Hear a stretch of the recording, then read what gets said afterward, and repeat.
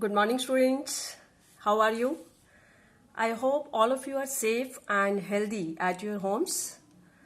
So, students, in the previous lecture, we had studied about minors and cofactors. How can we find minors and cofactors of elements of square matrices of orders 2 and 3? Okay. So, today we are going to start our new topic, that is properties of determinants. So students, today we will study about properties of determinants. If I talk about properties of determinants, so there are so many properties and I will discuss with you one by one all properties of determinants. Okay. So first of all, first property of determinant is,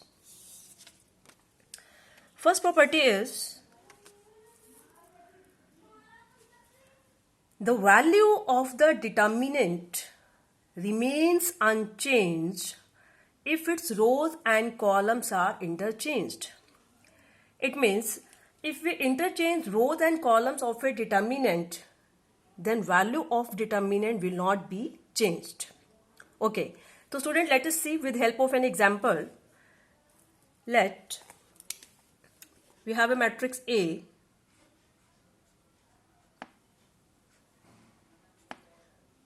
One, two, three, four.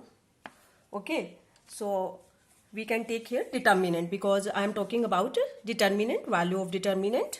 So 1, 2, 3, 4, we have a determinant. Okay, so its value is, yes, same cross multiplication method, 4 minus 6 minus 2. Okay, now property is the value of determinant remains unchanged if its rows and columns are interchanged. Now I am interchanging rows and columns of this determinant. Okay, so after interchanging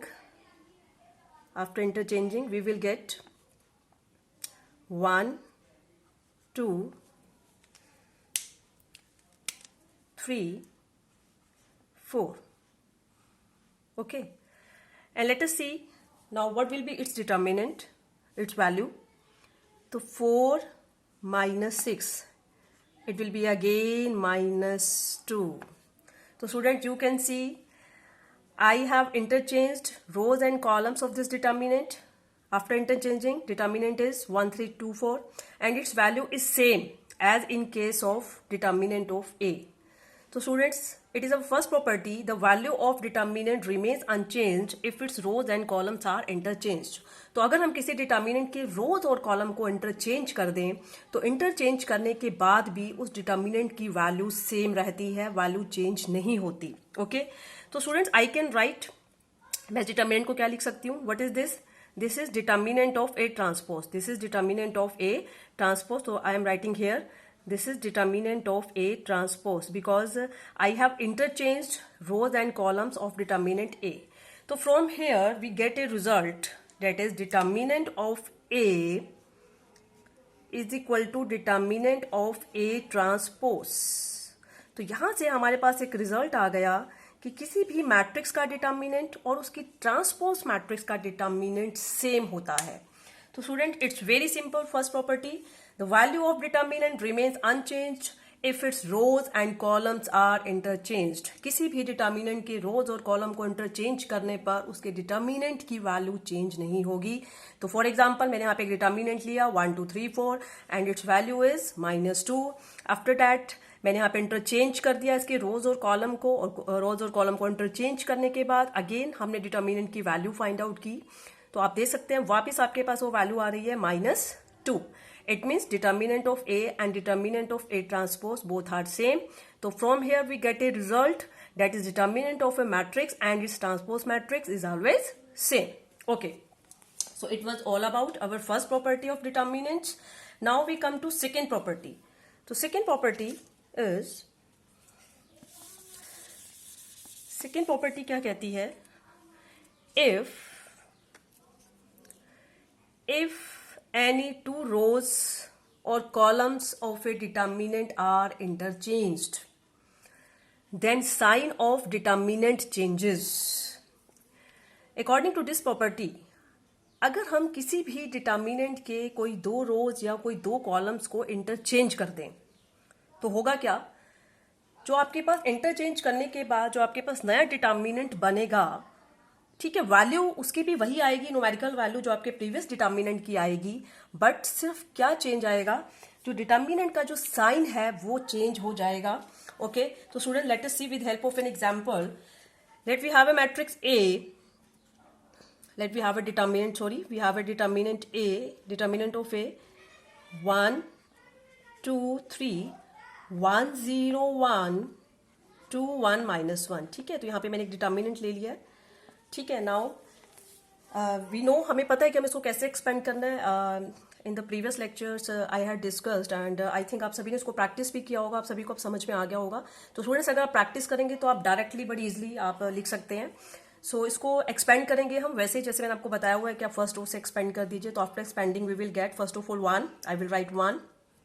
okay, तो यहाँ पे मैं इनको छोड़ूंगी, ये बचेगा 0 minus 1, it will be -1. Okay, now ये element आपका A12 होता है और -1⁻³ नेगेटिव ही होता है. तो यहाँ पे आप डायरेक्टली यहाँ पे माइनस डायरेक्टली लिख सकते हैं आप सेकेंड एलिमेंट के लिए. नेक्स्ट 2, ठीक है, इस कॉलम और रो को छोड़ के बचेगा -1 -2, that is it will be -3. तो स्टूडेंट्स आप प्रैक्टिस अगर आपने की होगी तो आप इस तरीके से डायरेक्टली लिख सकते हैं जैसे कि मैं लिख रही हूँ. +3, okay, so it will be 1 -0, it will be 1. So we will get the value -1 +6 +3, so the value will be 8. Okay, तो यहाँ पे वैल्यू आपके पास आ गई इस डिटर्मिनेंट की 8.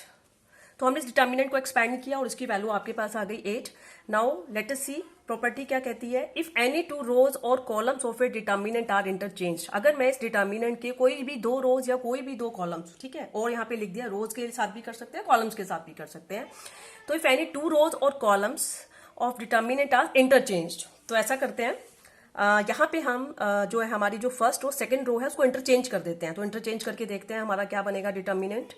तो यहाँ पे मैंने जब इंटरचेंज कर दिया तो इंटरचेंज करने के बाद जो हमारा डिटर्मिनेंट बनेगा डेट विल बी 1 0 1, नेक्स्ट 1 2 3 2 1 -1. तो मैंने क्या किया, जो हमारा डिटर्मिनेंट हमें गिवन था मैंने उसके फर्स्ट 2 रोज को इंटरचेंज कर दिया. चलिए अब देखते हैं क्या इंटरचेंज करने के बाद भी हमारे जो डिटर्मिनेंट की वैल्यू है वो 8 ही आएगी या -8 आएगी, उसका साइन चेंज हो जाएगा. क्योंकि अकॉर्डिंग टू प्रॉपर्टी क्या कह रही है कि इफ एनी टू रोज और columns of a determinant are interchange, अगर उनको इंटरचेंज कर दिया जाए then sign of determinant changes. तो इस प्रॉपर्टी के अकॉर्डिंगली हमारे पास जो नया डिटर्मिनेंट बना है उसकी वैल्यू -8 आनी चाहिए. क्योंकि अगर इसकी वैल्यू 8 है तो नेक्स्ट इस डिटर्मिनेंट का साइन चेंज हो जाएगा, मतलब वैल्यू आ जाएगी -8. जैसे कि मैंने पहले भी बात की कि न्यूमेरिकल वैल्यू सेम रहेगी बट साइन चेंज हो जाएगा. तो लेट अस सी एक्सपेंड करते हैं इसको. तो फर्स्ट ऑफ ऑल 1 आएगा 1, ओके, -2 -3, इट विल बी -5. ठीक है, सेकेंड एलिमेंट हमारा 0 ही है तो यहाँ पे +0 मैं डायरेक्ट लिख देती हूँ. +1 and it will be 1 -2, that is 1 -4, it will be -3. So students, you can see we will get -5, it will be 0, -3 and result will be -8. So students, you can see कि यहाँ पे जो डिटर्मिनेंट हमारा original determinant था उसकी value 8 आई. उसके बाद मैंने क्या किया, मैंने यहाँ पे बात की थी कोई दो रोज या कोई दो कॉलम्स को इंटरचेंज कर दिया जाए. तो मैंने यहाँ पे फर्स्ट और सेकंड रो को मैंने यहाँ पे इंटरचेंज किया. इंटरचेंज करने के बाद मेरे पास जो डिटर्मिनेंट आया मैंने उसको फिर से एक्सपैंड किया. तो आप वैल्यू देख सकते हैं, वैल्यू आपकी प्रीवियस डिटर्मिनेंट की न्यूमेरिकल वैल्यू सेम है बट साइन चेंज हो गया बस. अगर इसकी वैल्यू 8 है तो उसकी वैल्यू कितनी आ गई आपके पास, -8. ओके, मैं इसमें आगे आपको और भी बता सकती हूँ. जैसे अभी आपके पास ये डिटर्मिनेंट आ गया, इसमें हम आगे ऑपरेशन यहाँ पे हम आगे सोच लेते हैं क्या करते हैं. अब हम इसमें अगर फर्स्ट और सेकेंड कॉलम को कर दें इंटरचेंज, फर्स्ट और सेकेंड कॉलम को इंटरचेंज करके फिर से वैल्यू निकाल के देखते हैं. तो अब देखते हैं हमारे पास वैल्यू क्या आनी चाहिए. अगर ये -8 है तो नेक्स्ट वैल्यू क्या आनी चाहिए, +8, क्योंकि साइन चेंज हो रहा है, एक इंटरचेंज पे एक साइन चेंज हो रहा है.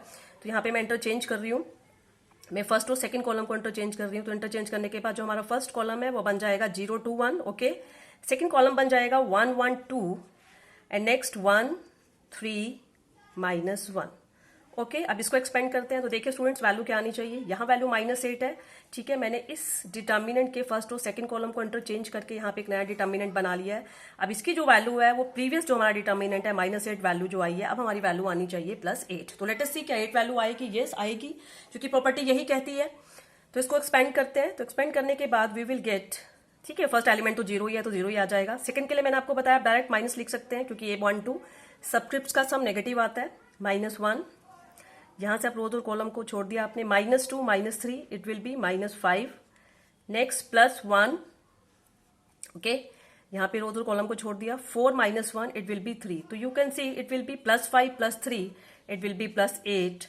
तो स्टूडेंट्स आप देख सकते हैं -8 आया तो साइन फिर चेंज होकर आ गया +8, ठीक है। मैं आपको फिर से बताती हूँ इसमें हमने क्या किया है।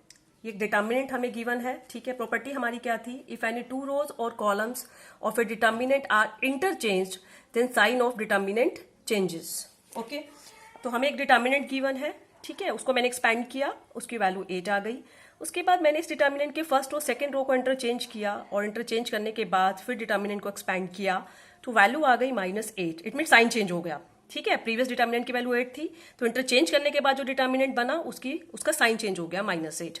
फिर मैंने इसी डिटर्मिनेंट के फर्दर फर्स्ट और सेकंड कॉलम को इंटरचेंज कर दिया, इंटरचेंज करने के बाद ये बना डिटर्मिनेंट, इसको एक्सपैंड किया तो इसकी वैल्यू +8 आई, मतलब साइन फिर चेंज हो गया। तो एक इंटरचेंज पर एक साइन चेंज होगा, हमें याद रखना है, एक इंटरचेंज पर एक साइन चेंज होगा। यहाँ पे 8 था, हमने एक इंटरचेंज किया फर्स्ट और कॉलम तो साइन चेंज हो गया +8 से -8। फिर से इस डिटर्मिनेंट पे मैंने एक इंटरचेंज का ऑपरेशन अप्लाई किया, फर्स्ट और सेकंड कॉलम को मैंने इंटरचेंज कर दिया तो अगेन वैल्यू का साइन चेंज हो गया, ये हो गई +8। सो स्टूडेंट्स ये हमारी सेकंड प्रॉपर्टी थी कि इफ एनी 2 रोज और columns of a determinant are interchange then sign of determinant changes. So it was all about our second property of determinant. Now we come to third property. So the third property is, it's very simple third property. Third property क्या कहती है, if any 2 rows or columns of a determinant are identical, then determinant vanishes. Here vanishes means the value of determinant is 0. अगर मैं कह रही हूँ कि determinant vanish करता है तो it means उसकी वैल्यू 0 है। तो वेरी सिंपल, ये प्रॉपर्टी ये कहती है कि अगर किसी डिटर्मिनेंट के कोई 2 रोज या कोई 2 कॉलम्स के अगर एलिमेंट्स एक जैसे हो जाएं, सेम हो जाएं, आइडेंटिकल मतलब सेम हो जाना, then that determinant will vanish, मतलब उसकी वैल्यू 0 हो जाएगी, ओके स्टूडेंट्स। तो लेट अस सी कैसे। Let we have a determinant, हमारे पास कोई डिटर्मिनेंट है 1 2 3 1 2 3 4 5 6। तो स्टूडेंट्स यू कैन सी यहाँ पे जो फर्स्ट और सेकेंड रो है, फर्स्ट और second row, this is first row, this is second row, both are same, so its value will be 0. There is no need to expand this determinant. You can apply directly property, and by property you can write directly this value is, its value is 0. ठीक है, आप expand करके देख सकते हैं, आप expand करके देखिए इसकी वैल्यू 0 आ जाएगी, ठीक है। And suppose I have a determinant 1 4 5 1 4 5 6 7 8। तो you can see in this determinant, ठीक है, first 2 columns are identical, first and second column both are identical, that's why its value is 0। तो it's very simple property, if any 2 rows और columns of a determinant are identical then that determinant vanishes, that is value of determinant is 0। तो students अगर आपको किसी भी determinant में नजर आ रहा है कि कोई 2 रोज या कोई 2 कॉलम 0 है, then there is no need to expand that determinant, आपको उसको एक्सपेंड करने की जरूरत नहीं है, डायरेक्टली आप प्रॉपर्टी की हेल्प से उसकी वैल्यू 0 लिख सकते हैं। तो ये आपकी थर्ड प्रॉपर्टी थी। Next we come to our fourth property. Okay, so the fourth property is if each element of a row or column of a determinant is multiplied by a constant k, then value of determinant gets multiplied by k. It means अगर हम किसी भी determinant के किसी भी रो या column के elements को किसी पर्टिकुलर अगर हम कांस्टेंट नंबर से मल्टीप्लाई कर दें तो मल्टीप्लाई करने के बाद जो हमारा न्यू डिटर्मिनेंट बनेगा उसकी जो वैल्यू है वो हमारा जो प्रीवियस डिटर्मिनेंट है उसके उतने ही टाइम्स हो जाएगी। तो लेट अस सी, सो एग्जांपल से समझते हैं, ठीक है। आपके पास सपोज एक डिटर्मिनेंट है 1 2 3 8, ओके। तो इसको अगर एक्सपेंड करेंगे तो उसकी वैल्यू क्या आएगी, 8 -6, इट्स वैल्यू विल बी 2। तो उसकी वैल्यू आपके पास आ गई 2, ओके। नाउ प्रॉपर्टी क्या कहती है कि इफ ईच एलिमेंट ऑफ ए रो और column of a determinant is multiplied by a constant के। ठीक है, मैं काम करती हूँ, इस डिटर्मिनेंट के का जो फर्स्ट रो है उसके सभी एलिमेंट्स को मैं 2 से मल्टीप्लाई कर देती हूँ। तो 2 से मल्टीप्लाई करने के बाद मेरे पास क्या बचेगा, 2 4 3 8। तो मेरा जो नया डिटर्मिनेंट जो यहाँ पे बन गया मल्टीप्लाई करने के बाद, मैंने फर्स्ट रो के सभी एलिमेंट्स को किससे मल्टीप्लाई कर दिया, 2 से कर दिया, तो 2 4 3 8। ठीक है, तो अब देखते हैं इसको एक्सपेंड करने के बाद इसकी वैल्यू क्या आएगी। तो इसकी वैल्यू आएगी 16 माइनस 12। ठीक है, तो its value will be 16 minus 12 is equal to 4। तो इसकी वैल्यू आ गई 4, और वी कैन से इसकी वैल्यू आ गई है 2 इंटू 2। 2 इंटू 2 मतलब जो आपका प्रीवियस जो आपका डिटर्मिनेंट था उसकी वैल्यू आपके पास क्या आ रही थी, 2। ओके, 2 आ रही थी। तो आपने फर्स्ट रो के सभी एलिमेंट्स को किससे मल्टीप्लाई किया, 2 से मल्टीप्लाई किया। तो जो आपका नया डिटर्मिनेंट बना उसकी जो वैल्यू है वो प्रीवियस डिटर्मिनेंट के उतने ही टाइम्स हो गई, that is 2 into 2 times previous determinant, 2 times value of previous determinant, that is 2 into 2 is equal to 4। Okay, इसी में आगे देखते हैं। सपोज मैं इसी डिटर्मिनेंट के फर्स्ट कॉलम के एलिमेंट्स को 3 से मल्टीप्लाई कर देती हूँ। तो 3 से मल्टीप्लाई करने के बाद मेरे पास जो नया डिटर्मिनेंट बनेगा वो बनेगा 3 9 2 8। ओके, तो स्टूडेंट्स अब वैल्यू क्या आनी चाहिए, पहले बताइए वैल्यू क्या आनी चाहिए, क्योंकि हम 3 से मल्टीप्लाई कर रहे हैं तो एलिमेंट जो हमारी जो वैल्यू आनी चाहिए वो प्रीवियस डिटर्मिनेंट के 3 टाइम्स हो जानी चाहिए, मतलब 6 आनी चाहिए। तो देखते हैं क्या 6 आएगी। तो 24, ठीक है, इसको एक्सपेंड करेंगे तो 24 माइनस 18। तो देख लीजिए वैल्यू क्या आ गई आपके पास, 6 आ गई। 6 मतलब क्योंकि आपने कॉलम के सभी एलिमेंट्स को 3 से मल्टीप्लाई किया था तो ये आपके पास आ गई 3 इंटू 2, डेट इज जो आपका प्रीवियस डिटर्मिनेंट है उसकी वैल्यू के आपके पास 3 टाइम्स वैल्यू आ गई। तो स्टूडेंट्स इट्स वेरी सिंपल। इस प्रॉपर्टी में क्या बताया गया है कि किसी भी डिटर्मिनेंट के अगर आप किसी भी एक रो या कॉलम के सभी एलिमेंट्स को आप किसी पर्टिकुलर अगर कांस्टेंट से मल्टीप्लाई कर देते हैं तो जो नया डिटर्मिनेंट बनेगा उसकी वैल्यू प्रीवियस डिटर्मिनेंट के उतने ही टाइम्स हो जाएगी। तो यहाँ पे आपने देखा 1 2 3 8। ठीक है, ये आपके पास डिटर्मिनेंट था। ठीक है, इसकी वैल्यू आपके पास एक्सपेंड करके 2 आई। ओके, तो आपने इसके फर्स्ट रो के सभी एलिमेंट्स को आपने 2 से मल्टीप्लाई किया तो जो नया डिटर्मिनेंट बना उसकी वैल्यू प्रीवियस डिटर्मिनेंट के 2 टाइम्स आ गई, डेट इज 4। यहाँ मैंने एक और एग्जांपल लिया, मैंने फर्स्ट कॉलम के सभी एलिमेंट्स को 3 से मल्टीप्लाई कर दिया तो जो वैल्यू मेरे पास आई वो प्रीवियस डिटर्मिनेंट के 3 टाइम्स हो गई, डेट इज 3 इंटू 2 6। ओके, तो student it was all about our fourth property of determinant. Okay, next we come to our fifth property. तो फिफ्थ प्रॉपर्टी क्या है देखते हैं। According to fifth property, if corresponding elements of any 2 rows or columns of a determinant are proportional मतलब in the same ratio, then value of determinant is 0। मतलब अगर किसी भी डिटर्मिनेंट के कोई भी 2 रोज और कॉलम्स के जो एलिमेंट्स हैं अगर उनकी रेशो सेम हो या वो आपस में प्रोपोर्शनल हो तो उस डिटर्मिनेंट की वैल्यू 0 होती है। ओके, लेट अस सी कि देखते हैं कैसे। तो with help of an example I am explaining. Suppose we have a determinant 2 4 6 8 16 24 11 3 7। Okay, ठीक है, तो स्टूडेंट थोड़ा सा आप 1 मिनट लगा के आप इसको अगर ध्यान से देखें तो यहाँ पे क्या हो रहा है कि जो फर्स्ट रो सेकेंड रो है अगर आप उसके एलिमेंट्स को ध्यान से देखें, फर्स्ट रो सेकेंड एलिमेंट्स 2/8 आप जैसे मर्जी ले सकते हैं। 2/8 1/4 4/16 1/4 6/24 1/4। इसके मतलब फर्स्ट और सेकेंड रो के जो एलिमेंट्स हैं उनकी रेशो सेम है, वो आपस में एक दूसरे के प्रोपोर्शनल हैं, that's why value of this determinant is 0। तो बच्चे अगर आपको प्रॉपर्टीज याद हैं तो आप एग्जाम में डायरेक्ट प्रॉपर्टीज अप्लाई कर सकते हैं। आप रीजन में ब्रैकेट में विद इन ब्रैकेट आप प्रॉपर्टी लिख सकते हैं आप कि why value of this determinant is 0। तो इट्स वेरी सिंपल, यहाँ पे दिख रहा है आपको फर्स्ट रो सेकेंड रो के जो एलिमेंट्स हैं वो आपस में एक दूसरे के प्रोपोर्शनल हैं, उनकी रेशो सेम है, that's why value of this determinant is 0। तो इट्स वेरी सिंपल। ठीक है, यहाँ पे 2 रोज की मैंने बात किया, कोई 2 कॉलम के एलिमेंट्स भी हो सकते हैं, अगर उनकी रेशो सेम है वो एक दूसरे के प्रोपोर्शनल है तो उस डिटर्मिनेंट की वैल्यू 0 हो जाएगी। Okay, so it's very simple. Next we come to our property number 6। 6 property की बात करेंगे। सो 6 प्रॉपर्टी क्या है, it is very important property और क्वेश्चंस में भी ये यूज होती है काफी क्वेश्चंस में।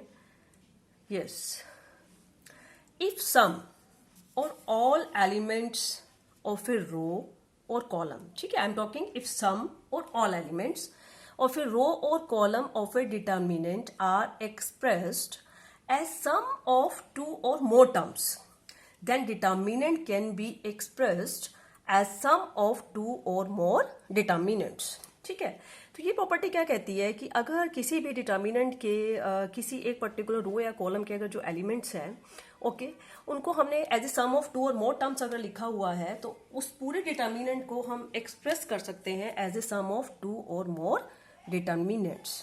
चलिए देखते हैं कैसे एग्जाम्पल की हेल्प से इसको समझने की कोशिश करते हैं. ठीक है, लेट अस सी. देखिए स्टूडेंट्स, सपोज मेरे पास कोई डिटर्मिनेंट है. यहाँ पे डिटर्मिनेंट है a plus B c plus d e plus f. Okay, 1 2 3 1 0 -1. ठीक है, तो स्टूडेंट यू कैन सी यहाँ पे आप देख सकते हैं जो इस डिटर्मिनेंट का जो फर्स्ट कॉलम है उसके जो सभी एलिमेंट्स हैं. ठीक है, all these have been written as a sum of two terms. जैसे कि first element as a sum of two terms A and B, A plus B. Same second element C plus D. Third element E plus F. तो इस determinant को हम कैसे लिख सकते हैं? We can write it as a sum of two determinants. Property ये थी कि अगर किसी भी डिटर्मिनेंट के किसी एक रो या कॉलम के सभी एलिमेंट्स या कुछ elements as a sum of two और मोर टर्म्स अगर लिखे हुए हैं तो आप उस डिटर्मिनेंट को लिख सकते हो as a sum of two determinants. देखिए कैसे लिखेंगे. सबसे पहले ए सी ई, मैं यहाँ पे जो मैंने टर्म्स लिखे हैं उनके मैं फर्स्ट एलिमेंट्स लिख रही हूँ ए सी ई. बाकी कोई चेंज नहीं आएगा. 1 2 3 1 0 -1. ठीक है, उसके बाद मैं सेकेंड एलिमेंट्स लिख रही हूँ बी डी एफ. ओके, तो 1 2 3 1 0 -1. तो इट्स वेरी सिंपल. ठीक है, मैंने ये जो आपको नजर आ रहा है इसके जो फर्स्ट कॉलम के सभी एलिमेंट्स हैं वो सभी as a sum of two terms लिखे हुए हैं. तो मैंने इसको लिख दिया as a sum of two determinants. Okay, तो स्टूडेंट्स आप इस डिटर्मिनेंट को एक्सपेंड कर लीजिए या फिर इन दोनों को अलग अलग एक्सपेंड करके ऐड कर लीजिए तो आप देखेंगे रिजल्ट सेम आएगा. तो ऐसे हम इस प्रॉपर्टी का यूज कर सकते हैं. अब यहाँ पे मैं एक बात और यहाँ पे ऐड करना चाहूंगी. जैसे मैंने यहाँ पे ए सी ई लिया, फर्स्ट एलिमेंट्स लिए, तो ये जरूरी नहीं है. जैसे आपको पता है A plus B is equal to B plus से, तो यहाँ पे मैंने ए प्लस बी लिख लिया तो मैं सी प्लस डी को डी प्लस सी भी लिख सकती हूँ, डी प्लस सी भी लिख सकती हूँ. ई प्लस एफ को मैं एफ प्लस ई भी लिख सकती हूँ. ठीक है, तो सम है और सम कम्यूट करता है तो हम जैसे मर्जी लिख सकते हैं. तो यहाँ पे अकॉर्डिंगली हम क्या लिखेंगे फिर ए डी एफ. ठीक है, हम ऐसे भी लिख सकते हैं A D F 1 2 3 1 0 -1. Okay, plus B C E 1 2 3 1 0 -1. ठीक है, तो हम ऐसे भी लिख सकते हैं. ठीक है, तब भी रिजल्ट आपका सेम ही आएगा. अब यहां मैंने जब प्रॉपर्टी बताई तो उसमें बताया इफ सम और ऑल एलिमेंट्स. सम भी मैंने यहाँ पे वर्ड किया कि सम और ऑल एलिमेंट्स. तो सपोज अगर आपके पास फर्स्ट एग्जांपल में सपोज जैसे ए प्लस बी है, सी प्लस डी है और यहाँ पे सपोज सिर्फ ई होता, प्लस में एफ ना होता, तो हम क्या करेंगे ई प्लस 0 लिख लेंगे. अगर कुछ नहीं है एडिशन में तो वो क्या हो जाएगा ई प्लस 0. तो यहाँ पे एफ के प्लेस पे यहाँ पे क्या आ जाएगा 0. तो इसको इस तरीके से हम यहाँ पे कंप्लीट कर सकते हैं. अगर सपोज हमारे पास two elements as a sum of two terms हैं, तीसरा नहीं है, तो उसमें हम प्लस 0 करके उसको हम कंप्लीट कर सकते हैं. ठीक है, तो यहाँ पे as a sum of two और मोर टर्म्स मैंने कहा तो 3 टर्म्स भी हो सकती हैं. सपोज मैं यहाँ पे ही जो मैंने सेकेंड एग्जाम्पल में बात कर रही हूँ, अगर मैं यहाँ पे एक और एलिमेंट डाल दूँ, यहाँ पे सपोज प्लस के प्लस एल, मान लो 3 एलिमेंट्स के 3 टर्म्स, सॉरी 3 टर्म्स के अगर सम की फॉर्म में अगर हम लिख दें तो as a sum of 3 determinants बन जाएगा. तो यहाँ पे तीसरा डिटर्मिनेंट क्या बन जाएगा के एल एम 1 2 3 1 0 -1. तो एक तीसरा डिटर्मिनेंट भी आप बना सकते हैं यहाँ पे क्योंकि ये सम ऑफ 3 टर्म्स है. तो we can express it as a sum of 3 determinants. तो अकॉर्डिंगली जितने टर्म्स का सम होगा उतने ही डिटर्मिनेंट्स के सम की फॉर्म में आप उस डिटर्मिनेंट को एक्सप्रेस कर सकते हैं. ठीक है, तो स्टूडेंट्स आपकी 6th प्रॉपर्टी क्या थी कि if sum or all elements of a row or column of a determinant are expressed as a sum of two or more terms, then the determinant can be expressed as a sum of two or more determinants. Okay, so it was all about our 6th property. Now we come to 7th property. तो 7th property क्या है? Let us see. तो 7th property है if to each element of any row or column of a determinant equi-multiples of corresponding elements of any other row or column are added, then the value of determinant remains same. ठीक है, तो sir क्या मतलब है if each element of any row और column of a determinant. ठीक है, तो सपोज स्टूडेंट्स हमारे पास कोई डिटर्मिनेंट है, ठीक है, डिटर्मिनेंट है हमारे पास 1 2 3 0 1 3 1 -1 0, ठीक है। इसको हम पहले एक्सपेंड कर लेते हैं and after expanding we will get 1 +3 हो जाएगा यहाँ पे -2, ठीक है। तो स्टूडेंट्स आप इसकी प्रैक्टिस कीजिए, आप अगर आप प्रैक्टिस करेंगे तो बड़ी इजीली आप सभी डिटर्मिनेंट सॉल्व कर सकते हैं। -2 will be 0 -3 +3 and it will be -1 and after expanding we will get value 3 + 6 - 3, that is value will be 6, ठीक है। तो ये हमारे पास एक डिटर्मिनेंट था, हमने इसको एक्सपैंड किया और इसकी वैल्यू हमारे पास आ गई 6। Now according to property, property क्या कहती है? प्रॉपर्टी कहती है if to each element of any row और column, if to each element of any row और column of a determinant the equi multiples of corresponding element of other row or column are added, then the value of determinant remains same, ठीक है। तो इसका क्या मतलब है? ठीक है, इसका मतलब है स्टूडेंट्स कि सपोज अगर मैं फर्स्ट रो के सभी एलिमेंट्स में, आपको नजर आ रहा है फर्स्ट रो, ठीक है, मैंने आपसे सपोज फर्स्ट रो का एग्जांपल ले लिया यहाँ पे, ठीक है। फर्स्ट रो के सभी एलिमेंट्स में मैं क्या करने जा रही हूँ, जो सेकंड रो के जो एलिमेंट्स हैं, जो सेकंड रो के, जैसे मैंने सेकंड रो का फर्स्ट एलिमेंट लिया, ठीक है, उसको मैंने 2 से मल्टीप्लाई कर दिया तो 2 × 0 0 ही हो गया, और उसको मैंने फर्स्ट रो में ऐड कर दिया तो 2 × 0 0 + 1, तो it will be 1, it will be 1। Similarly second element को भी मैंने 2 से मल्टीप्लाई किया तो 2 × 1 2 एंड 2 + 2 4, ओके। सिमिलरली 3 को मैंने 2 से मल्टीप्लाई किया तो 2 × 3 6, 6 + 3 9, ओके। तो स्टूडेंट्स हम क्या कर रहे हैं, हम जो सेकेंड रो के जो सभी एलिमेंट्स हैं उनको 2 से मल्टीप्लाई करके, जैसे फर्स्ट एलिमेंट को 2 से मल्टीप्लाई करके फर्स्ट रो के कोरस्पॉन्डिंग एलिमेंट फर्स्ट एलिमेंट में ऐड करके लिख दिया। सिमिलरली सेकेंड एलिमेंट को भी 2 से मल्टीप्लाई करके उसके कोरस्पॉन्डिंग 2 में ऐड करके लिख दिया। सिमिलरली थर्ड एलिमेंट को भी 2 से मल्टीप्लाई करके, ठीक है, फर्स्ट एलिमेंट में जो उसका जो थर्ड एलिमेंट है उसमें ऐड करके हमने लिख दिया, ठीक है। मैंने 2 से मल्टीप्लाई किया, हम कोई भी स्केलर मल्टीपल ले सकते हैं, किसी भी स्केलर से, मैं एग्जांपल के लिए मैंने यहाँ पे 2 लिया, आप 3 से 4 से किसी से भी मल्टीप्लाई कर सकते हैं, और बाकी यहाँ पे सब सेम है, यहाँ पे 0 1 3 1 -1 0, ठीक है। तो प्रॉपर्टी आपको यही बताई है मैंने कि if to each element of any row और कॉलम, ठीक है, of a determinant the equimultiples of corresponding element. Equimultiples मतलब यहाँ पे मैंने किसके मल्टीपल्स ऐड किए हैं, यहाँ पे मैंने 2 से मल्टीप्लाई करके ऐड किया है, ठीक है, ऑफ अदर रो और column are added then value of determinant remains same. तो स्टूडेंट यू कैन सी कि मैंने ऐड कर दी है, और ऐड करने के बाद मेरे पास जो डिटर्मिनेंट बना है तो देखते हैं क्या उसकी वैल्यू सेम ही रहेगी, उसकी वैल्यू 6 ही आएगी, एक बार चेक कर लेते हैं, ठीक है। तो सॉल्व करते हैं 1, तो it will be +3 -4, okay, -3 + 9, okay, it will be -1। तो लेट अस सी वैल्यू क्या आती है, 3 + 12 - 9, यस, तो वैल्यू इज अगेन 6। तो वैल्यू आपकी चेंज नहीं हुई, वैल्यू आपकी 6 है, वैल्यू यहाँ पे भी आपकी 6 थी। आपने क्या किया, सेकेंड रो के सभी एलिमेंट्स को 2 से मल्टीप्लाई करके फर्स्ट रो के कोरस्पॉन्डिंग एलिमेंट्स में आपने ऐड कर दिया, और ऐड करने के बाद जो आपका डिटर्मिनेंट बना, ठीक है, वैल्यू चेंज नहीं हुई, वैल्यू जो आपका ओरिजिनल जो डिटर्मिनेंट था, जो आपका प्रीवियस डिटर्मिनेंट है, उसी के सिमिलर आपके पास आ गई, ओके। इसमें एक और एग्जांपल ले लेते हैं स्टूडेंट्स। सपोज मैं यहाँ पे सेकंड कॉलम की बात करती हूँ, सेकंड कॉलम मैं क्या करूंगी, सेकंड कॉलम के सभी एलिमेंट्स में ऐड करूंगी फर्स्ट कॉलम के सभी एलिमेंट्स को 3 से मल्टीप्लाई करके। तो मैं 1 को पहले 3 से मल्टीप्लाई कर रही हूँ, 3 × 1 3 + 2, तो यहाँ पे कितना आ जाएगा 5। सिमिलरली 3 × 0 0 + 1 में ऐड किया तो यहाँ पे क्या आएगा 1। तो मैं क्या कर रही हूँ, फर्स्ट कॉलम के सभी एलिमेंट्स को मैं 3 से मल्टीप्लाई करके सेकंड कॉलम के कोरस्पॉन्डिंग एलिमेंट्स में ऐड कर रही हूँ। तो 3 × 1 3, इसमें ऐड किया तो 2। तो स्टूडेंट लेट अस सी, क्या अभी भी हमारा आंसर 6 ही आएगा? यस, हमारा आंसर 6 ही आएगा। हम इसको सॉल्व करके देखते हैं, चलिए। तो सॉल्व करने के बाद 1, इट विल बी -6 -5, ओके, -3 +3, ठीक है, इट विल बी -1। तो लेट अस सी, सॉल्व करते हैं।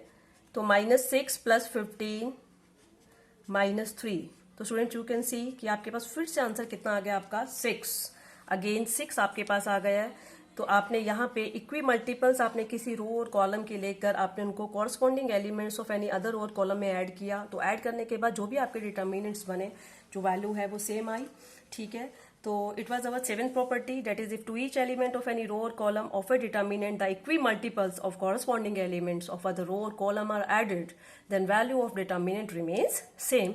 तो student it was all about our seventh property. Next come to eighth property. ठीक है, तो एट्थ प्रॉपर्टी देखते हैं क्या है.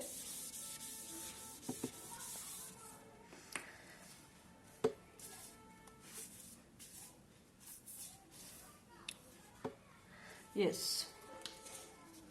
सो एट्थ प्रॉपर्टी क्या है. If A and B are two square matrices of same order, if A and B are two square matrices of same order, then determinant of AB is equal to determinant of A multiply by determinant of B. तो student it's very simple कि आपको to matrices का अगर product का determinant निकालने के लिए कह रहे हैं तो आपने करना क्या है, वो कह रहे हैं कि दो मैट्रिसेस को मल्टीप्लाई करके उसका डिटर्मिनेंट निकाल लीजिए. ओके, या फिर दोनों का अलग अलग डिटर्मिनेंट निकाल के आप मल्टीप्लाई कर दीजिए, रिजल्ट सेम आएगा. तो इट मीन्स मतलब आप कैसे इस रिजल्ट को आप अप्लाई कर सकते हैं क्वेश्चंस में कि सपोज आपके पास एक मैट्रिक्स ए आपको गिवन है 1 2 3 4. ओके, ठीक है. एक मैट्रिक्स बी आपको गिवन है बी इज इक्वल टू 2 4 6 8. ठीक है, एंड आपको करना क्या है, क्वेश्चन आता है कि find determinant of A B. ठीक है, ए बी का डिटर्मिनेंट फाइंड आउट कीजिए. ए बी का डिटर्मिनेंट आपको फाइंड आउट करना है. तो student there is no need कि आप पहले ए और बी को मल्टीप्लाई करें. ठीक है, आप पहले ए और बी को मल्टीप्लाई करें और ए और बी को मल्टीप्लाई करके आपके पास ए बी मैट्रिक्स आ जाएगी. उसके बाद आप उसका डिटर्मिनेंट निकालें. तो ये करने की जरूरत नहीं है आपको, आप सीधा यहाँ पे प्रॉपर्टी अप्लाई कर सकते हैं. आप यहाँ से ए का डिटर्मिनेंट निकाल लीजिए, इट विल बी 4 - 6 - 2. यहाँ से बी का डिटर्मिनेंट निकाल लीजिए, it will be 16. Okay, it will be 16 - 24, that is it will be -8. ठीक है, तो ए का डिटर्मिनेंट आ गया, बी का डिटर्मिनेंट आ गया, जस्ट दोनों को मल्टीप्लाई कर दीजिए और आपके पास आ जाएगा determinant of A B, product A B. तो स्टूडेंट इट्स वेरी सिंपल. आप प्रॉपर्टी को ऐसे यूज कर सकते हैं कि दो मैट्रिसेस के जो प्रोडक्ट का डिटर्मिनेंट है उनके डिटर्मिनेंट्स के प्रोडक्ट के इक्वल होता है. तो दोनों मैट्रिसेस को मल्टीप्लाई करके उनका डिटर्मिनेंट निकालने की बजाय आप दोनों का अलग अलग डिटर्मिनेंट्स निकाल के उनको मल्टीप्लाई करके आप इस प्रॉपर्टी को यूज कर सकते हैं. ओके, नेक्स्ट यहाँ पे एक छोटा सा रिजल्ट है, मैं यहाँ पे आपको साथ साथ वो भी बता देती हूँ. वेरी सिंपल स्टूडेंट्स, अगर किसी भी डिटर्मिनेंट के किसी भी रो या कॉलम के अगर सभी एलिमेंट जीरो हो, ठीक है, तो इट्स वेरी सिंपल रिजल्ट. तो ये तो ऑब्वियस है, तो इसकी वैल्यू क्या आएगी, जीरो. तो ये भी आपने याद रखना है कि किसी भी डिटर्मिनेंट या डिटर्मिनेंट के किसी भी रो या कॉलम के अगर सभी एलिमेंट्स अगर जीरो हैं, ठीक है, कॉलम के भी सभी एलिमेंट जीरो हो सकते हैं. ठीक है, तो वैल्यू क्या आएगी आपके पास, जीरो आ जाएगी. Okay, next we come to our topic product of determinants. Students, हमने मैट्रिसेस का प्रोडक्ट निकाला, हमने मैट्रिसेस को मल्टीप्लाई किया. अब बात आती है कि डिटर्मिनेंट्स को कैसे मल्टीप्लाई किया जाता है. तो स्टूडेंट इट्स वेरी सिंपल. जैसे आप मैट्रिसेस को मल्टीप्लाई करते हो वैसे डिटर्मिनेंट्स को मल्टीप्लाई किया जाता है. तो लेट अस सी कैसे. ठीक है, let we have two determinants 1 2 3 4. ठीक है, और एक आपके पास डिटर्मिनेंट है 1 -1 0 1. ओके, और हमने दोनों को मल्टीप्लाई करना है. तो स्टूडेंट्स बिल्कुल वैसे ही मल्टीप्लाई होगा जिससे आप टू मैट्रिसेस को मल्टीप्लाई को, that is row by column. जैसे आप फर्स्ट मैट्रिक्स का रो लेते थे और सेकंड का आप कॉलम लेते थे, तो बिल्कुल वैसे ही करना है आपने.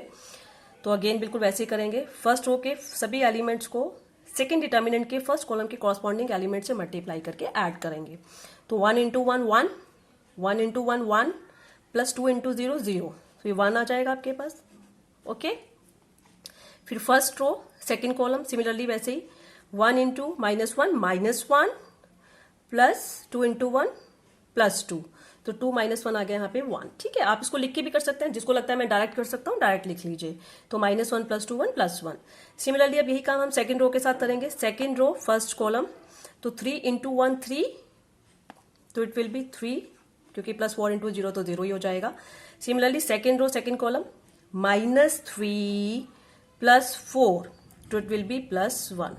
तो student you can see it's very simple. जैसे आप टू मैट्रिसेस का प्रोडक्ट फाइंड आउट करते हो, जैसे आप टू मैट्रिसेस को मल्टीप्लाई कर रहे हो, वैसे आपने टू डिटर्मिनेंट्स को मल्टीप्लाई करना है. तो इट्स वेरी सिंपल. ओके, तो यहाँ पे छोटा सा टॉपिक था, ये भी डिस्कस हो गया हमारा प्रोडक्ट ऑफ डिटर्मिनेंट्स. ठीक है, चलिए यहाँ पे एक लास्ट बस मैं रिजल्ट की अब बात करूंगी. ठीक है, हमारे पास एक रिजल्ट है कि determinant of k A is equal to k⁴n into determinant of A. And A is a square matrix of order n. और k हमारा यहाँ पे स्केलर है, जैसे कि पहले भी मैंने आपको बताया था कि k इज ए स्केलर. ठीक है, तो इसका मतलब क्या है, इसको एक एग्जाम्पल की हेल्प से समझेंगे। ठीक है, क्वेश्चन कैसे आ सकता है आपके पास कि सपोज आपके पास एक मैट्रिक्स ए है, ठीक है, 1 2 3 4, इट्स ऑर्डर इज 2, ठीक है, एंड आपको कहा जा रहा है कि फाइंड डिटर्मिनेंट ऑफ 9a। ठीक है, क्वेश्चन है फाइंड डिटर्मिनेंट ऑफ 9a। तो स्टूडेंट यहाँ पे आपको ये काम करने की जरूरत नहीं है कि पहले आप ए मैट्रिक्स के सभी एलिमेंट्स को 9 से मल्टीप्लाई करें, मतलब एक 9a मैट्रिक्स कंस्ट्रक्ट करें, ओके, और उसके बाद आप उसका डिटर्मिनेंट निकालें। आपको इतना लंबा प्रोसेस करने की जरूरत नहीं है, आप डायरेक्ट ये प्रॉपर्टी अप्लाई कर सकते हैं।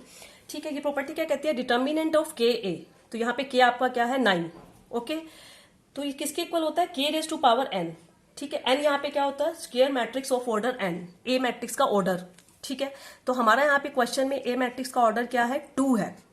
ठीक है, 2 ऑर्डर है, तो 9 की कितनी पावर आएगी बाहर, 2 power into determinant of A. Okay, तो आपने करना क्या है, जो भी आपका स्केलर होगा उसकी उतनी पावर बाहर आएगी जितना ए मैट्रिक्स का ऑर्डर होगा इंटू डिटर्मिनेंट ऑफ ए। तो it will B 81 multiply by, आप सीधा ए का डिटर्मिनेंट निकाल लीजिए, 4 माइनस 6, इट विल बी -2। ठीक है, तो आपका आंसर आ जाएगा -162, -162। तो स्टूडेंट इट्स वेरी सिंपल। आप बजाय कि 9 से मल्टीप्लाई करके मैट्रिक्स कंस्ट्रक्ट करें, उसका डिटर्मिनेंट निकालें, आप डायरेक्ट ये प्रॉपर्टी अप्लाई कर सकते हैं। जिस कांस्टेंट से आप मल्टीप्लाई कर रहे हैं उसकी मैट्रिक्स ए का जितना ऑर्डर होगा उतनी पावर बाहर आएगी into determinant of A. Okay, तो स्टूडेंट्स सारी प्रॉपर्टीज हमने डिस्कस कर ली हैं। ओके, तो we have discuss all the properties. Okay, and next time मैं आपको कुछ elementary transformation, that is row and column operations के बारे में बताऊंगी, and we will do questions based on properties of and we will do questions based on properties of determinants. ठीक है, तो students till then bye bye.